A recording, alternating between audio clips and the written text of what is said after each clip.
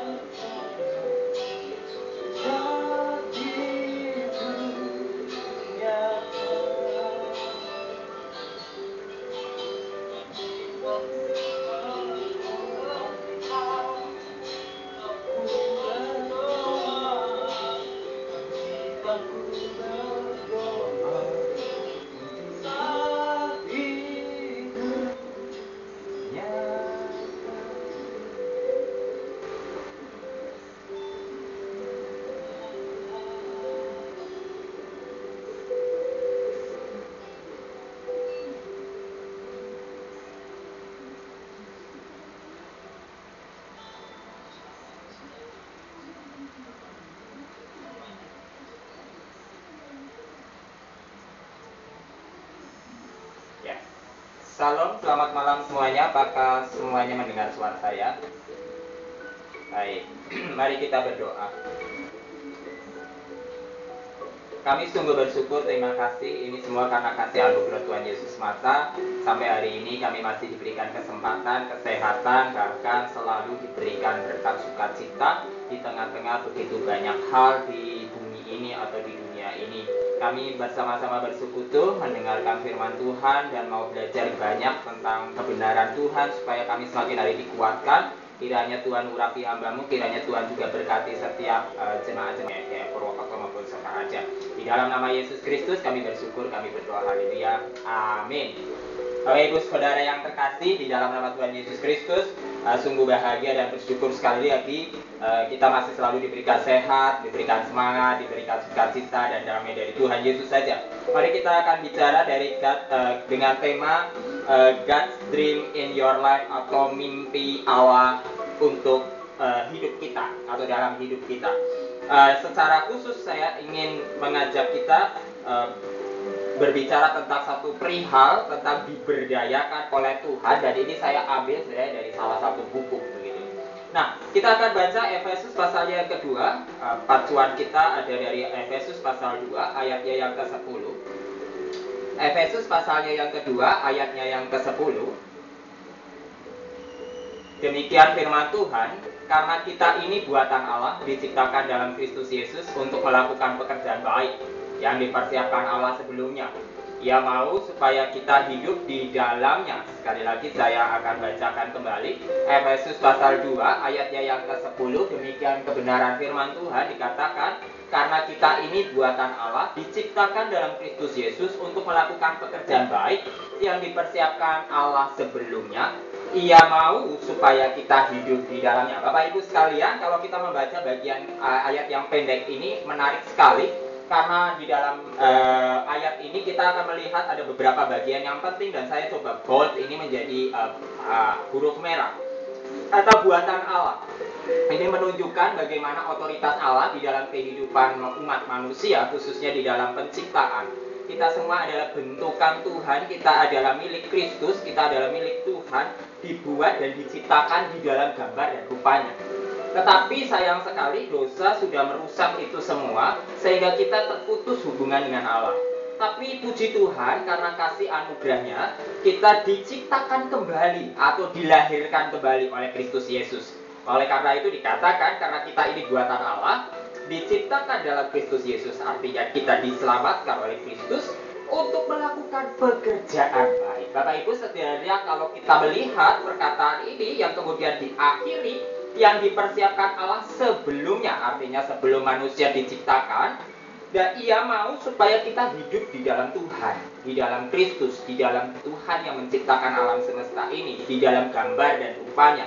Nah, tetapi karena dosa masuk, gambar dan rupa Allah ini menjadi rusak, dan kemudian kita menjadi tidak tahu visi dan misi daripada Tuhan sendiri di dalam kehidupan ini. Sehingga banyak orang bertanya-tanya, sebenarnya untuk apa saya ada di dunia ini? Apalagi kalau begitu banyak beban dan persoalan di dalam kehidupan kita. Seolah-olah kita seperti orang yang nggak sengaja dilahirkan di muka bumi ini, dan kemudian saya nggak ngerti sebenarnya saya mau ngapain di muka bumi ini. Sehingga pada akhirnya kita mungkin jadi menjalani kehidupan ini seolah tanpa makna, bahkan mungkin tidak jauh berbeda dengan makhluk hidup yang lainnya. Bagaimana kita menjalani kehidupan menjadi sangat insting atau mengikuti insting dan nafsu. Artinya apa? Kita makan, kita cari minum, kita cari apapun, seperti juga makhluk hidup pada umumnya. Kita lupa bahwa sebenarnya ternyata Tuhan mendesain kita begitu luar biasa, meng-create kita begitu luar biasa. Dia tidak sembarangan, karena dia katakan di dalam Kejadian pasalnya yang ke-1 ayatnya yang ke-27 saja, bahwa kita diciptakan menurut gambar dan rupa Allah. Bukankah kita sebenarnya bentukan Tuhan? Memang seluruh alam semesta ini bentukan Tuhan, tetapi bentukan yang secara khusus dan istimewa adalah manusia yang adalah gambar dan rupa Allah. Tetapi karena kita sudah terputus hubungan, oleh karena itu kita kehilangan arah. Nah, untuk mengembalikan arah itu, maka puji Tuhan, Yesus Kristus datang ke dunia ini, dan kita orang-orang percaya dipilih untuk memiliki arah itu. Yaitu apa? Melakukan pekerjaan-pekerjaan yang baik. Apa itu pekerjaan yang baik itu? Yaitu pekerjaan-pekerjaan yang kalau kita kembali lagi ke dalam Kejadian pasalnya yang kedua kalau tidak salah ayat 15 tentang pemeliharaan muka bumi ini. Oke, saya tidak banyak akan berbicara ke bagian itu, tetapi kita mau melihat bagaimana kita menjalani kehidupan ini, khususnya di tengah-tengah situasi pandemik atau mungkin di tengah situasi begitu banyak pencobaan, bagaimana kita bisa melihat rancangan Allah yang begitu indah dalam kehidupan kita. Oleh karena itu, Bapak Ibu, saya ingin mengajak kita berefleksi dengan dua pertanyaan yang kebetulan, puji Tuhan, bulan ini saya diberkati beberapa buku dikirimi beberapa buku. Salah satunya adalah buku ini. Buku ini menjadi menarik bagi saya. Baru kemarin saya terima buku ini. Ini adalah judulnya Jurnal Pembentukan dan Refleksi Rohani. Begitu banyak pertanyaan reflektif, dan boleh dibilang di dalamnya itu sifatnya Bible study, yang sifatnya Bible study per kitab gitu, kemudian dikaitkan dengan realita kehidupan. Nah, ada dua pertanyaan yang menarik di dalam salah satu bagian dari buku ini, yaitu dia menanyakan demikian. Yang pertama, bagaimana Anda, Bapak Ibu sekalian, mengalami Tuhan bekerja melalui Anda untuk mencapai kehendak Allah? Apakah beberapa bakat dan kemampuan yang telah Tuhan kembangkan di dalam diri Anda? Artinya bagaimana sejauh ini Bapak Ibu sekalian, kita sekalian, walaupun kita mungkin sudah orang-orang dewasa, atau mungkin bagi teman-teman yang masih remaja, yang saat ini juga sedang menapaki dan menjajaki tujuan hidupnya, kita mungkin sampai akhir hayat kita perlu terus merefleksikan berapa mengembangkan bakat dan talenta yang Tuhan karuniakan dalam kehidupan kita, dan bagaimana kita kemudian melayani Tuhan. Dan yang kedua adalah, siapakah yang telah Tuhan tempatkan dalam hidup Anda untuk menginspirasi dan membantu Anda? Menurut Anda, mengapa Tuhan menginginkan kita untuk bekerja sama demi kemuliaan Tuhan? Dua pertanyaan ini menjadi dua pertanyaan refleksi yang Bapak Ibu mungkin bisa jawab di dalam hati nurani Bapak Ibu pribadi lepas pribadi. Sebelum kemudian kita akan akhiri renungan kita pada malam hari ini. Nah, kita kembali lagi berangkat dari Efesus pasal 2 ayat 10, dan kemudian saya akan menuju ke Keluaran pasal 31 ayat 1 sampai 5.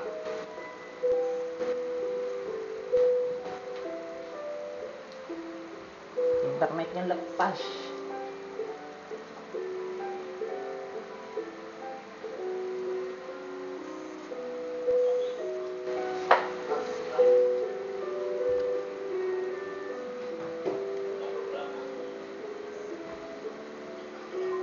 Oke.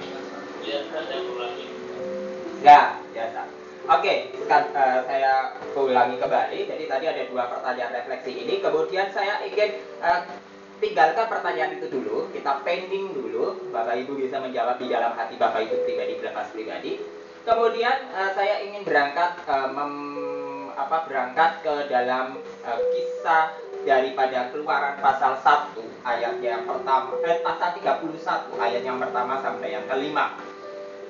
Sebenarnya ayat ini bisa Bapak Ibu baca secara pribadi dari Keluaran pasal 31 ayat yang pertama sampai ayat yang ke-11 secara keseluruhan. Saya hanya akan coba ayat-ayat yang saya anggap penting dan menjadi poin untuk kita bicarakan sesuai dengan tema kita, God's Dream in Your Life. Di sana dikatakan pasal 31 ayat 2 dan ayat 3, demikian firman Tuhan, lihat, telah kutunjuk Basaliel bin Uri bin Hur dari suku Yehuda, dan telah kupenuhi dia dengan roh Allah, dengan keahlian dan pengertian dan pengetahuan dalam segala macam pekerjaan. Tema secara subtema daripada renungan malam hari ini adalah diberdayakan oleh Tuhan. Jadi kalau kita bicara tentang mimpi Allah adalah kita dipakai oleh Tuhan. Nah, dipakai oleh Tuhan dalam contoh hal ini di dalam Keluaran pasal 31 adalah di mana Musa sedang mungkin dalam tanda kutip lagi bingung mau bikin kemah suci. Nah, kemah suci ini kemudian dia bertanya kepada Tuhan dan Tuhan kasih petunjuk. Dan pada waktu Tuhan kasih petunjuk, dia tunjuk dua orang. Di dalam ayat yang ketiga, dalam pasal 31 ditunjuklah seorang bernama Basaliel. Kalau saya mencoba menelaah kembali, menelaah tokoh ini kembali, mungkin Basaliel mirip seperti zaman sekarang, seperti seorang tukang bangunan atau tukang kayu. Dan orang ini Tuhan urapi. Dan bukan cuma sekedar seorang tukang kayu atau tukang bangunan, tapi dia dipenuhi oleh kuasa roh. Sehingga dari tangannya lah Tuhan mengizinkan membuat kemah pertemuan atau kemah suci. Dan segala macam perabotan yang dibuatnya di dalamnya. Dan dia Tuhan berikan begitu banyak, berikan talenta sesuai dengan keahlian itu. Bapak Ibu, dari sini kita melihat bahwa sebenarnya setiap orang percaya, bahkan orang pada umumnya, sebenarnya Tuhan berikan begitu banyak berkat, karunia atau talenta. Tetapi persoalannya banyak dari kita mungkin bahkan tidak menggali atau bahkan juga kita tidak menganggapnya. Kita merasa bahwa hidup ini ya kita jalani begitu saja dan kemudian kita akhiri dengan kematian. Kita membahagiakan keluarga dan kita melupakan visi misi yang sebenarnya di dalam kehidupan ini. Dimana bagaimana kita melayani. Yang jelas kalau kita sebagai orang percaya, kalau kita kembali lagi pada kita merefleksikan kembali kepada panggilan kita sebagai orang-orang percaya adalah bagaimana kita dipanggil Tuhan keluar dari kegelapan dan kemudian memberitakan akan Kristus. Dan yang kedua pasti adalah bagaimana kita berkarya di tengah bumi ini menjadi berkat bagi orang-orang lain. Nah, disinilah Tuhan karunia itu, termasuk di dalam pekerjaan kita, di dalam usaha, di dalam bisnis, di dalam apapun itu, Tuhan urapi pekerjaan kita. Kiranya Bapak Ibu hal yang sama terjadi dalam kehidupan Bapak Ibu sekalian. Bapak Ibu sekalian diurapi untuk bekerja. Baik sebagai wirausahawan, baik sebagai hamba Tuhan, baik sebagai guru, baik sebagai mahasiswa, baik sebagai apapun itu, adalah hal yang paling penting ketika kita mendapat urapan daripada Tuhan. Sehingga setiap pekerjaan yang kita kerjakan menjadi berhasil, dan setiap pekerjaan yang begitu lelah dan letih menjadi kekuatan dalam kehidupan kita. Kenapa banyak orang menjadi lelah, letih, lesu di dalam pekerjaan apapun yang dia kerjakan, dari pekerjaan yang sepele. Coba perhatikan Bapak Ibu, ada mungkin orang-orang atau saudara atau keluarga yang kita kenal yang mungkin lebih banyak berkeluh kesah daripada bersyukur. Coba perhatikan, dimanapun ia ditempatkan, di situ dia akan berkeluh kesah. Di pekerjaan yang berat pasti berkeluh kesah. Di pekerjaan yang ringan pun dia akan berkeluh kesah.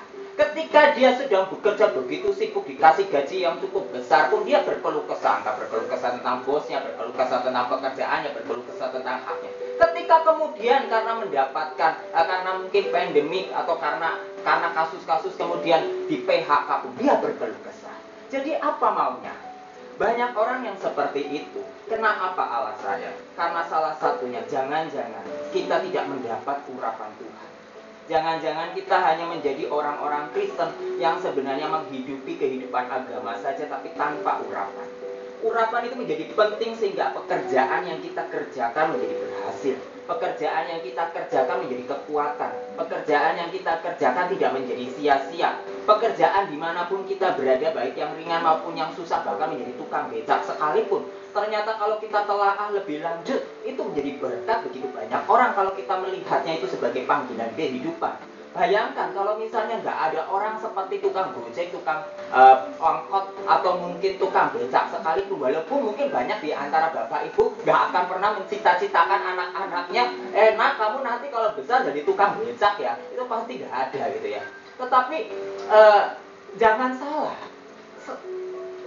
dari semua talenta yang ada sekalipun, belum tentu saya bisa mampu untuk menjadi tukang becak. Saya pribadi, jujur saja, ya, kalau suruh ngurusin kebun saja kadang saya payah gitu loh. Dan saya butuh bantuan orang lain. Dan orang lain itu menjadi berkat bagi kehidupan saya. Orang lain yang membantu itu menjadi berkat bagi kehidupan saya. Bayangkan kalau di dalam, mungkin kalau khususnya kalau di gereja-gereja yang cukup besar, mungkin perangkatnya kan cukup lengkap ya. Jadi hamba Tuhan, mulai pekerja, sekretariat, kemudian bahkan sampai koster, bahkan cuma sampai tukang ngepel.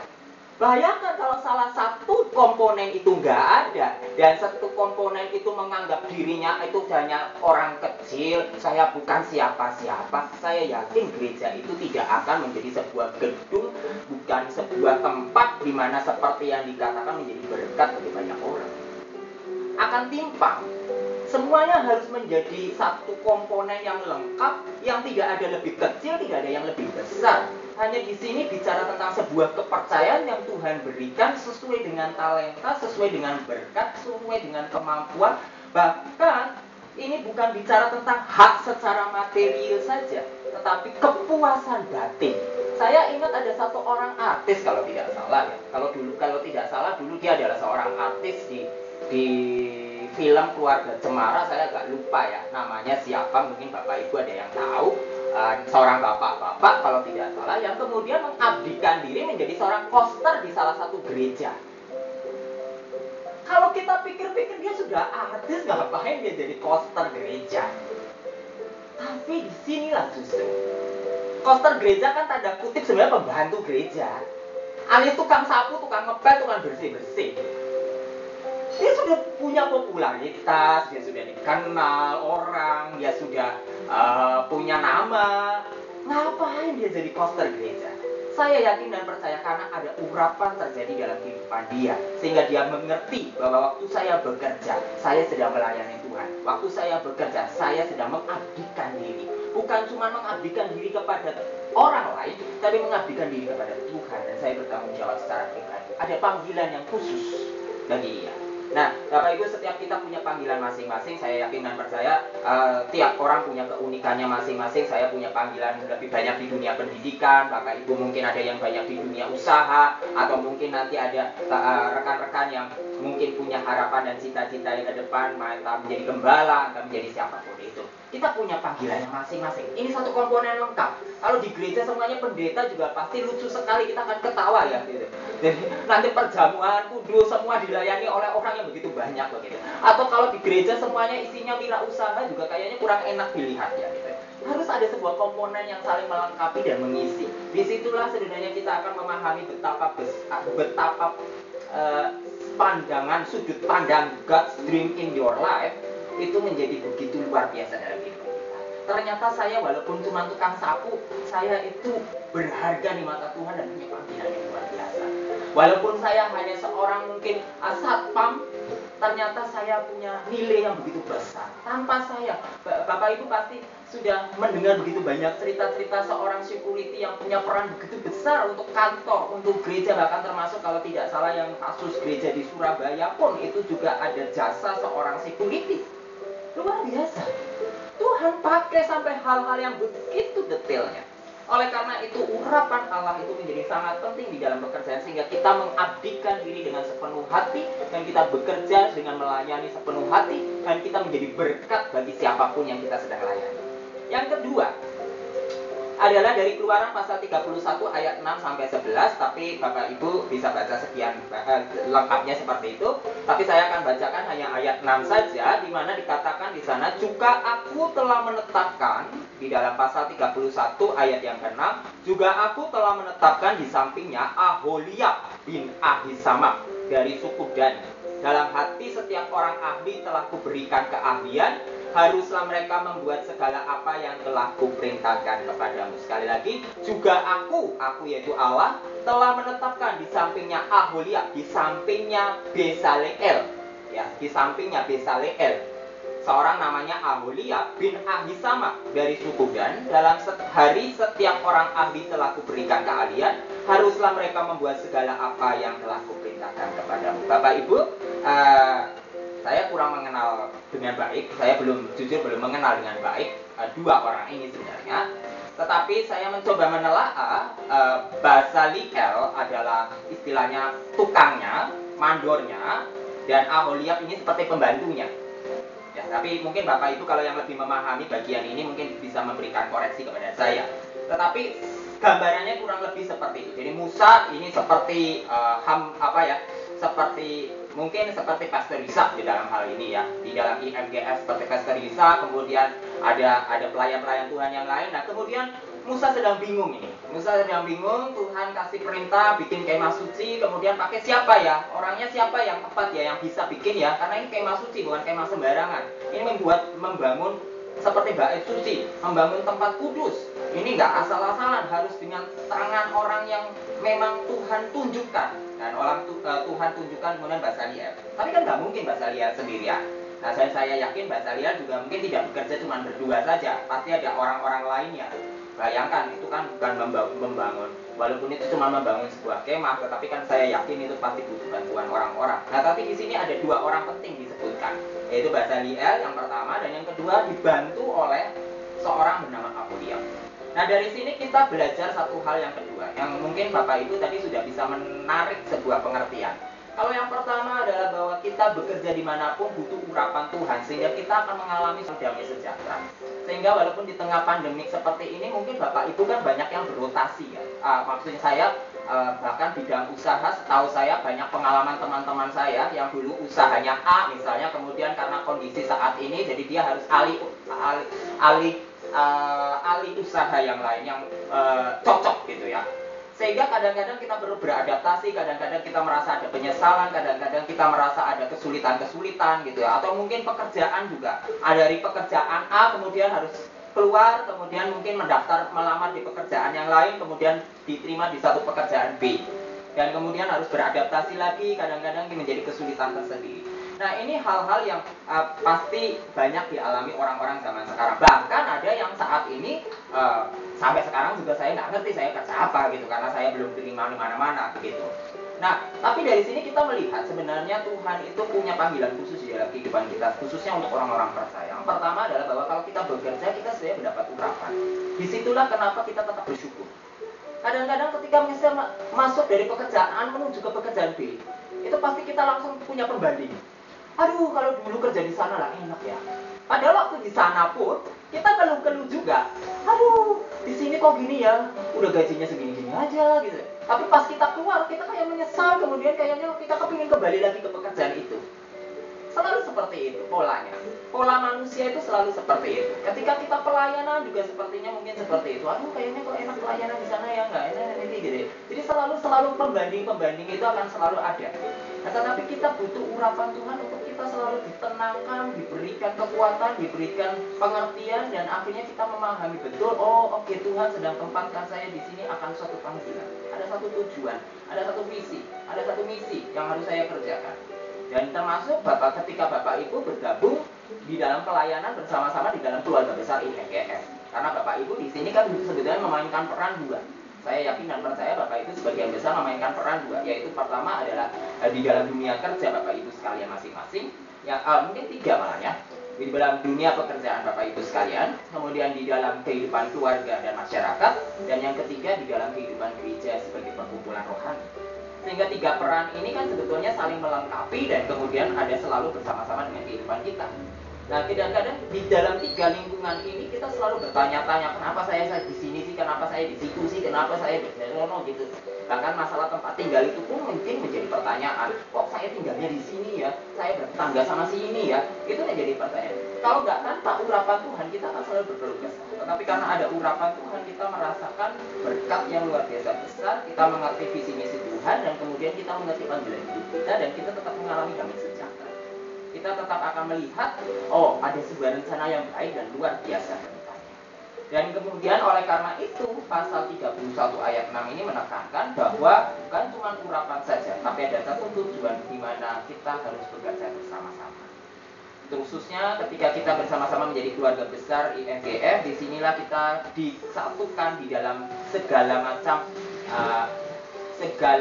latar belakang.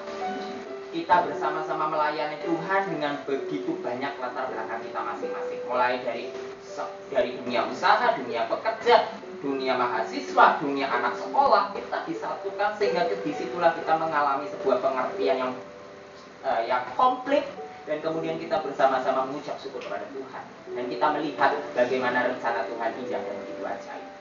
Oleh karena itu saya kembali lagi ke pertanyaan refleksi yang tadi, bagaimana Anda mengalami Tuhan bekerja melalui Anda untuk mencapai kehendak-Nya? Apakah beberapa bakat dan kemampuan yang telah Tuhan kembangkan dalam diri Anda? Dalam jawaban bagi saya, yang mungkin juga Bapak Ibu bisa menjawab di masing-masing, saya akan menjawab, puji Tuhan, akhirnya saya punya pengertian setelah 30 tahun terakhir ini, bahwa ternyata Tuhan tempatkan dan berikan pengalaman, dari mulai pengalaman pelayanan di Kalimantan, di Sumatera, kemudian kembali lagi ke Jawa, kemudian bahkan sekarang pelayanan di Yayasan Boas di Purbalingga. Semua punya satu garis benang merah yang sangat-sangat kuat, yang mungkin hanya Tuhan dan saya yang mengerti gitu ya. Dan dari sini saya kemudian melihat betapa ajaib setiap berkat yang saya terima dari orang yang dulunya tidak bisa apa-apa. Saya termasuk orang yang sangat susah berbicara di depan umum. sampai pada akhirnya Tuhan kasih karunia untuk saya bisa berbicara di depan Bapak Ibu sekalian. Saya ingat persis tahun 2005 pertama kali saya pergi ke Jakarta, kemudian saya masuk sekolah teologi ya, dan kemudian saya harus mendapatkan satu kelas praktikum untuk berkhotbah. Kesalahan terbesar dalam hidup saya yang saya ingat adalah waktu saya naik mimbar, mic saya jatuh dan pecah karena saking groginya. Jadi di sana saya punya waktu khotbah itu saya pakai mic jepit gitu. Kemudian mungkin mic wireless yang jepit sebenarnya nggak terlalu berat gitu, tapi ada kotaknya begitu ya. Dan saya gaptek gitu ya, anak usia SMA umur 18 tahun, kemudian masuk STT, kemudian rata-rata dosennya killer gitu ya. Semua dosen duduknya yang senior di depan, terus kemudian ketuanya ada di belakang gitu. Kemudian saya seorang anak kecil, ada kakak-kakak senior langsung melototin saya langsung sangat grogi, gemetar, dan mic saya sampai jatuh dan saya harus ganti uang gitu ya. Karena itu mic pecah, betul-betul pecah gitu ya. Tapi dari situ momen itu menjadi menarik sekali. Waktu itu saya merasa sangat sedih. Kenapa saya kok di situ? Kenapa saya harus diberi kesempatan seperti ini? Kenapa saya harus mengalami kegagalan begini? Tetapi dari situ Tuhan bekerja terus sampai sekarang. Dan pada akhirnya saya mengerti betul ada rencana Tuhan yang begitu indah. Nah, yang kedua, kalau saya mau menjawab pertanyaan yang kedua, siapakah yang telah Tuhan tempatkan dalam hidup Anda untuk menginspirasi? Ada beberapa orang. Yang paling utama mama saya. Mama saya selalu memberikan dorongan, kekuatan yang saya percaya Tuhan, ya bukan berarti Tuhan bisa punya cara dan rencana di mana-mana ya. Tetapi dulu saya pernah bertanya-tanya ya, kenapa saya harus dilahirkan dalam keluarga orang tua saya? Kenapa saya harus dilahirkan dengan keluarga nenek dan kakek seperti yang saya kenal? Kenapa saya dilahirkan sebagai orang Jawa? Mungkin pertanyaan anak-anak pada anak-anak pada umumnya juga seperti itu. Kadang-kadang anak-anak suka bertanya, kenapa ya orang tua saya begini? Kenapa ya kayak saya dilahirkan di dalam keluarga ini? Tapi sekarang saya mengerti, Tuhan punya rencana yang besar dalam kehidupan saya. Tuhan punya rencana yang besar ketika mama saya harus membesarkan saya sebagai seorang single parent. Pernah saya bertanya, kenapa saya harus dibesarkan hanya oleh satu orang ibu, bukan oleh dua orang tua yang lengkap. Walaupun saya punya ayah dan ibu, tapi ayah saya kan sudah meninggal pada usia saya SMP, dan itu sebetulnya kan peran penting dalam kehidupan saya. Nah, tetapi dari situ saya mengerti, termasuk saat ini salah satu modalnya adalah salah satu modal untuk saya bisa melayani anak yatim piatu ya, karena saya menyadari saya seorang anak yatim. Walaupun saya mungkin tidak bisa menghayati terlalu dalam ya, karena yatim piatu dengan anak yatim itu dua hal yang berbeda. Anak yatim dan yatim piatu berdua hal yang berbeda. Tetapi pengalaman-pengalaman yang kemudian saya dipertemukan dengan anak yatim piatu pada waktu di Jakarta dan di Kalimantan pun itu menjadi pengalaman yang menginspirasi saya.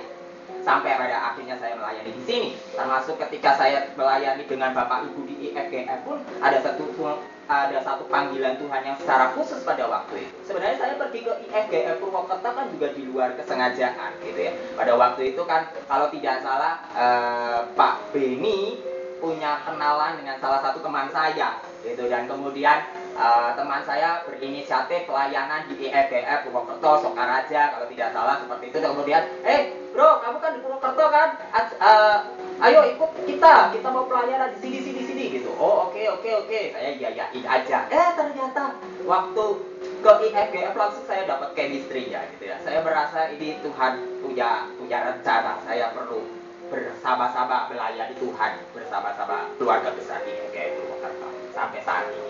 Ya, puji Tuhan.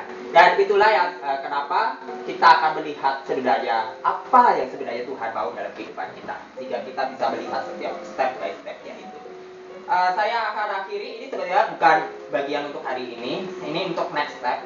Saya kalau tidak salah nanti kan jadwal lagi melayani di kebaktian minggu, di ibadah minggu. Tapi saya coba share sedikit saja bagaimana kita bisa melihat mimpi Allah dalam kehidupan kita. Saya ambil atau adopt dari Rick Warren, seorang hamba Tuhan yang cukup terkenal di Amerika. Dia menulis satu buku judulnya God's Dream for You. Nah, di dalamnya ada 6 poin. Saya sebutkan secara cepat saja: dedicate, reserve, evaluate, associate, and big. Artinya intinya adalah bagaimana kita mengerti tentang Allah, kemudian sampai pada akhirnya kita do something, kita melakukan.